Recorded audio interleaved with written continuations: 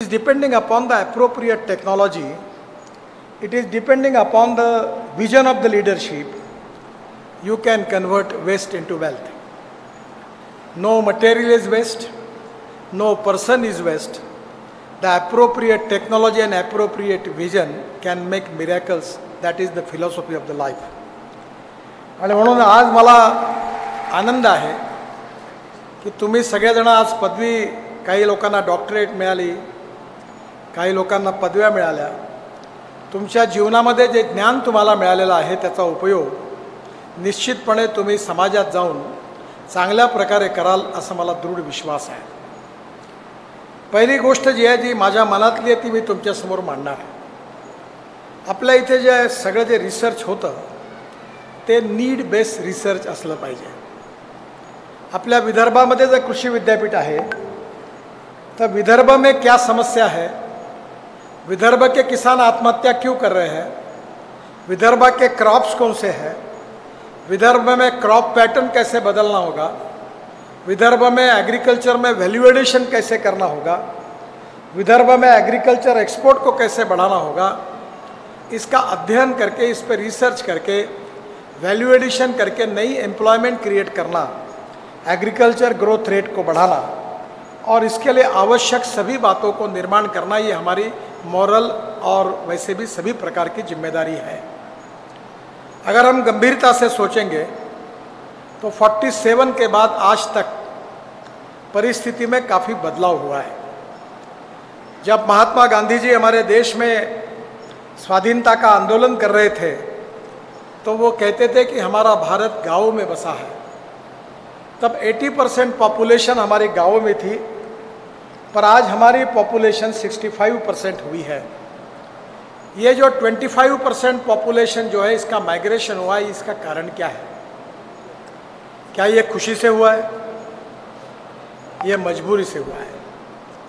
गांव में किसानों के फसल को सही भाव नहीं, गांव के किसानों के बेटों को रोजगार नहीं, फसल के सही दाम नहीं, गांव में जाने के लिए रोड नहीं, पीने के लिए शुद्ध और स्वच्छ पानी नहीं, गांव में अच्छा अस्पताल नहीं, बच्चों को पढ़ाने के लिए अच्छी स्कूल नहीं, महाविद्यालय तो सवाल ही नहीं उठते.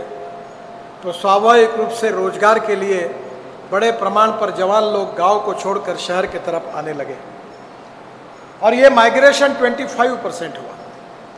क्या इस स्थिति को हम बदल सकते हैं? हमारे देश के ग्रोथ रेट में मैन्युफैक्चरिंग सेक्टर जो है उसका जीडीपी ग्रोथ में कंट्रीब्यूशन 22 to 24% है, सर्विस सेक्टर का कंट्रीब्यूशन 52 to 56% है और हमारे एग्रीकल्चर एंड अलाइड इंडस्ट्री का कंट्रीब्यूशन केवल 12% है. मैं आप सबको ये प्रार्थना करूँगा, मंच पर बैठे हुए डीन, हमारे प्रोफेसर, हमारे डॉक्टरेट मिले हुए सभी सम्मान्य अतिथियों को ये प्रार्थना करूँगा, that is it possible that we can take our agriculture growth rate from 12% to 20% within 5 years? I feel that this is not it is a difficult task, but it's not an impossible task. ये हो सकता है और ये करने में हमारे universities की भूमिका बहुत महत्वपूर्ण है. और इसमें सबसे बड़ी बात जो है, इसमें हमें क्या क्या करना होगा, इसका जो planning in detail and planning in advance करने की अगर कोई इंस्टीट्यूशन है जो किसानों को नीड बेस्ड रिसर्च के आधार पर मार्गदर्शन कर सकती है, वो ऑर्गेनाइजेशन अगर कोई है तो हमारी एग्रीकल्चर यूनिवर्सिटी है जो इसकी विजन दे सकती है. अभी यहाँ आपने संतरे और कपास रखा हुआ है, यहाँ बहुत अच्छा चित्र है. मैं अभी कुछ दिन पहले संतरे के हमारे ऑरेंज इंस्टीट्यूट नागपुर में है भारत सरकार का, उसके कार्यक्रम में गया था. अभी मुझे हमारे वानखेड़े बता रहे थे कि एग्रीकल्चर में अकोला, अमरावती, नागपुर ज़िले में, वर्धा ज़िले में लोग अच्छे ऑरेंज की अच्छी कलम चाहते हैं पर मिलती नहीं. तो मैंने ऑरेंज इंस्टीट्यूट को कहा कि आपके रूट स्टॉक पर आप इतनी तैयार नहीं कर सकते.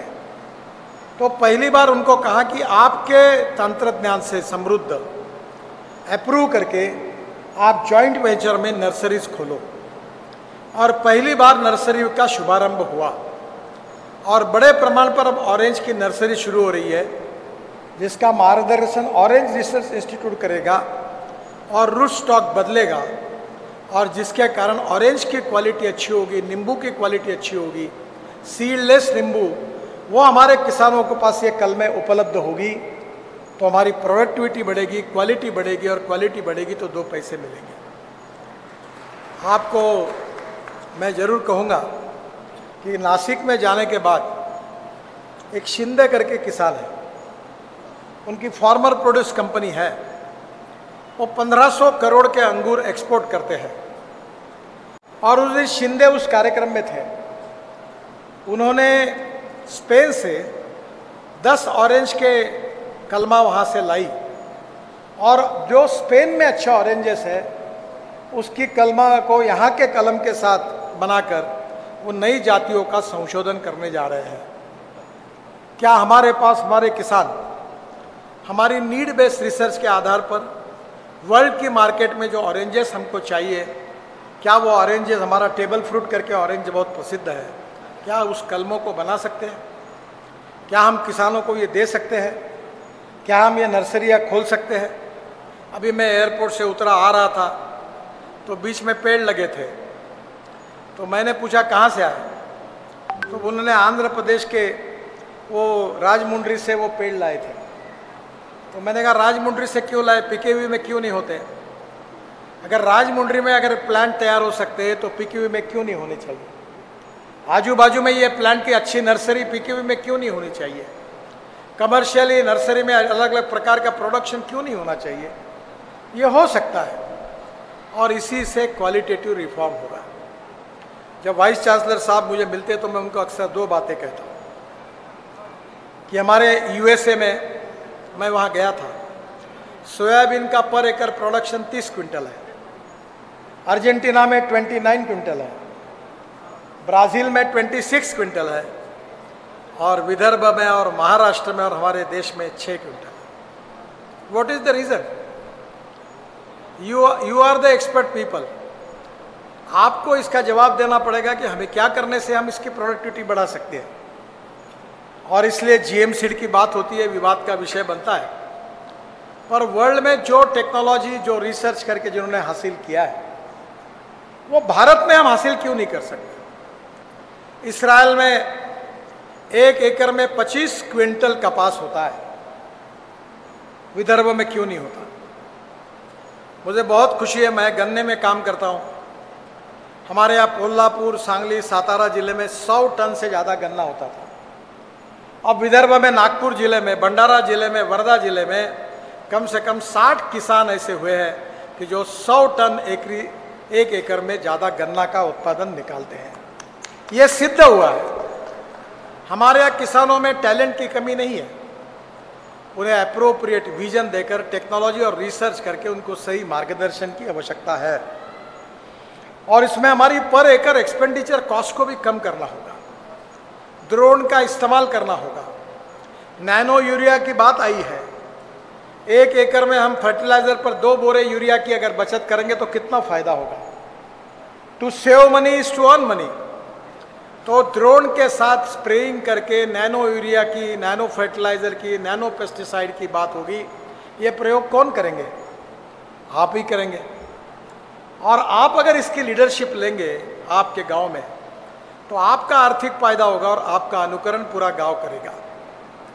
और मैं आपसे यही एक्सपेक्ट करता हूं कि ये appropriate leadership with appropriate vision in your particular village, you are the capable leadership that you can give a capable leadership and a good experiment and good example of success story to the all type of poor farmers, those who are socially, economically, educationally backward. You can train them. आप उनका प्रशिक्षण कर सकते हैं, और इसलिए नए नए संशोधन को लोगों के पास लेके जाना। आज मैं आपको और एक अनुरोध करूंगा। अभी ये सब एग्रीकल्चर एक्सपर्ट है, मैं भी कपास की खेती करता था, अभी भी हमारे कपास लगाना बंद कर दिया। सोयाबीन लगाता था, सोयाबीन लगाना भी बंद कर दिया। अब तो हमारे यहाँ गन्ना और वेजिटेबल लगते हैं। ऐसा क्यों हुआ? क्योंकि कपास में मैं जब स्टूडेंट था तब H4 का ज़माना था, H6 का ज़माना था, वरलक्ष्मी का ज़माना था, L47 थी। तब बड़ा मुश्किल से मैं बहुत मेहनत करता था। मैं लॉ कॉलेज में पढ़ता था। उस समय मुझे 1 लाख रुपए का कपास हुआ। 1 एकड़ में 11 क्विंटल कपास निकला। पर जब साल के आखिरी में मैंने हिसाब लगाया तो इंसेक्टिसाइड फर्टिलाइजर का हिसाब करने के बाद 1 लाख रुपए का कपास हुआ और 90,000 रुपए का खर्चा हुआ। कहाँ किसान जाएगा? यह बहुत आसानी से बताया जाता है कि आप ये लगाओ वो लगाओ। मैं महाराष्ट्र में मंत्री था, आप शायद मेरे ऊपर नाराज होंगे, तो मैंने एक बार मुख्यमंत्री को कहा था कि एग्रीकल्चर यूनिवर्सिटी की ग्रांट समाप्त कर दो और इनको कहो ये जो तनख्वाह ले रहे 5वां 6वां वेतन आयोग, इनको कहो सीड प्लॉट लो, जॉइंट वेंचर करो, सीड से और एग्रीकल्चर प्रोडक्शन की 10-10 हज़ार एकड़ जमीन है, उससे पैसे कमाओ, उससे अपना पगार निकालो, तब इनका संशोधन ठीक होगा और अच्छा काम हो सकेगा। अब मेरे ऊपर आप नाराज होंगे, पर हम आपको 5वां वेतन आयोग 6वां वेतन आयोग देके एग्रीकल्चर यूनिवर्सिटी घाटे में, और कुछ भी बात बोलते तो वीसी बोलते पैसा नहीं है। सब काम में हमको राज्य सरकार और भारत सरकार से पैसा चाहिए। तो आप अगर खेती अगर इकोनॉमिकली वायबल नहीं करते तो किसान कैसे करेगा? आपका प्रूवन एग्जाम्पल अगर प्रॉफिटेबल नहीं होता तो किसान का कैसे होगा? तो मैं आपको दोष नहीं देता, आपको आपका माइंड सेटअप और आपके सोचने के तरीके में थोड़ा सा बदल करना होगा। मैं अभी टेक्नोलॉजी सेवी हूँ और मैं कोई भी बात प्रूवन बिना नहीं बात करता। ये मैंने अभी हॉल ऊपर देख रहा था, मेरा आपसे अनुरोध है कि ये हॉल पर ऊपर में जो ट्रांसपेरेंट है वो छोड़ दो, बाकी को सोलर लगा दो। 70% सोलर पावर जो होती है वो ग्रीन हाइड्रोजन तैयार करने के लिए लगती है। आपके कुएं में पानी है, वो भी आपके पास है, अब तो तालाब बन गए और पानी आ गया। वो पानी में इलेक्ट्रोलाइजर 1 करोड़ का है, वो ग्रीन हाइड्रोजन तैयार करो। और एक जनरेटर सेट बायो इथेनॉल का, वो किर्लोस्कर कंपनी ने बना लिया है, मेरे घर पे मैंने लगाया, वो लगा दो और ग्रीन हाइड्रोजन तैयार करो और रोड पर एक पंप डाल दो। ये फ्यूचर है। 1 किलो ग्रीन हाइड्रोजन 70 रुपए किलो का होगा और जिसके ऊपर 400 किलोमीटर का एवरेज मिलेगा। तो कोई पेट्रोल डीजल यूज ही नहीं करेगा। मैंने अभी गवर्नर साहब को कहा कि मेरे घर पर दिल्ली आइए, मैं हाइड्रोजन के कार में आपको घुमाऊंगा। मर्सिडीज से भी अच्छी कार है, धुआं भी नहीं होता। This is the future, futuristic technology and appropriate vision for the future. You can donate but you can not donate vision. आप दे सकते हो, ये गेहूं चावल मक्का लगाकर कोई भविष्य बदलेगा, मेरा विश्वास इसके ऊपर का उड़ गया। 20 साल मैंने मेहनत की। अब अन्नदाता नहीं ऊर्जादाता बनो। और मैं तो सर तुम्हारे सबके गाड़ियों के पेट्रोल में अकोला बुल्ढाना जिले तक हमने बनाया हुआ इथेनॉल डाला हुआ है 10%। अब मैं 20% आ रहा है और तुम्हारे गाड़ी में चल रहा है। जितनी स्कूटर चल रही, जितनी इंडियन ऑयल और भारत पेट्रोलियम के पंप है ना, हमारे किसानों का मैंने विदर्भ में तैयार किया हुआ इथेनॉल डाला है। और अभी टोयोटो कंपनी की गाड़ी आई है, वो फ्लेक्स इंजन पर है, 100% बायो इथेनॉल। और मदन साहब को मैं बताऊंगा कि रिसर्च में दम कितना है। मैंने रशिया से सुना कि एक साइंटिस्ट थे, उन्होंने इथेनॉल की कैलोरिक वैल्यू पेट्रोल के बराबर की। तो 1 लीटर पेट्रोल बराबर 1 लीटर 300 ml इथेनॉल था। तो जब मैंने ये देखा तो मैंने रशियन साइंटिस्ट को इंडिया में बुलाया। मेरा प्रेजेंटेशन होने के बाद मैंने इंडियन ऑयल के चेयरमैन वैद्य साहब है और एक राम कुमार करके फरीदाबाद में उनके लेबोरेटरी के डायरेक्टर, बहुत अच्छे विद्वान साइंटिस्ट हैं, और पेट्रोलियम मंत्री को घर पे बुलाया और रशियन साइंटिस्ट से उनकी मुलाकात कर दी। तो राम कुमार जी बहुत बड़े साइंटिस्ट हैं पेट्रोलियम के। उन्होंने कहा, sir can I request you? मतलब बोलो, कुछ भी बोलो। Sir they are telling but I feel it is very difficult. It is not going to happen. मैंने उनको कहा, राम कुमार जी गाजर की पूगी है, ट्राई करके देखो, बचती है तो बजाओ, नहीं तो खा लो, इनको भेज दो वापस। 3 महीने प्रयोग हुआ और आफ्टर 3 मंथ राम कुमार जी ने मुझे और पेट्रोलियम मंत्री को जवाब दिया कि experiment is successful, now the ethanol caloric value is equal to petrol, और हम इसको एक्सेप्ट करेंगे। एक निर्णय से देश के 20,000 करोड़ रुपए का बचत हुआ, 20,000 करोड़। और मैं आपको विश्वास के साथ कह रहा हूं, मैं जो जो कहता हूं वो सिद्ध हुआ है। 2004 से बोलते रहता हूं, पहले तो लोग मुझे पागल समझते थे, फिर धीरे धीरे मैं बोलता हूं वही बात कहते हैं, और एक एक बात प्रूव हुई। 5 साल के बाद पेट्रोल देश से समाप्त हो जाएगा। आपकी स्कूटर, आपकी कार एक तो हाइड्रोजन पे होगी, ग्रीन हाइड्रोजन पर, या इथेनॉल पर फ्लेक्स इंजन पर होगी, या सीएनजी और एलएनजी पर होगी। मैं वीसी साहब को प्रार्थना करूंगा कि अब 1 ton rice straw, 5 ton rice straw 1 ton bio CNG और बायो एलएनजी दे रहा है। अब पंजाब में इंडियन ऑयल ने प्लान डाला हुआ है कि परली से 1 लाख लीटर इथेनॉल और 150 टन बायो बिटुमिन बना रहे हैं। बाय यूजिंग बायोटेक्नोलॉजी हम बायोमास को बढ़ाएं और बायोमास का उपयोग करके हम फ्यूल को तैयार करें। आखिर वर्ल्ड में झगड़ा किसका है? Food, fuel and fertiliser. पूरे वर्ल्ड की ग्लोबल इकोनॉमी 3 बातों की तरफ घूम रही है, और इसलिए मैं पंजाबराव कृषि विद्यापीठ से अनुरोध करूंगा कि आने वाले 25 साल के लिए विदर्भ के लिए मैं भी कोशिश करूँ कि हमारा कपास एक्सपोर्ट हो, हमारा सूत एक्सपोर्ट हो। हमने सिंधी में, वर्धा जिले में ड्राई पोर्ट डाला हुआ है। बांग्लादेश से मेरी बात हुई है और यहाँ से पूरा एक्सपोर्ट अब बांग्लादेश में सूत और कपास का करने की योजना बनाई है।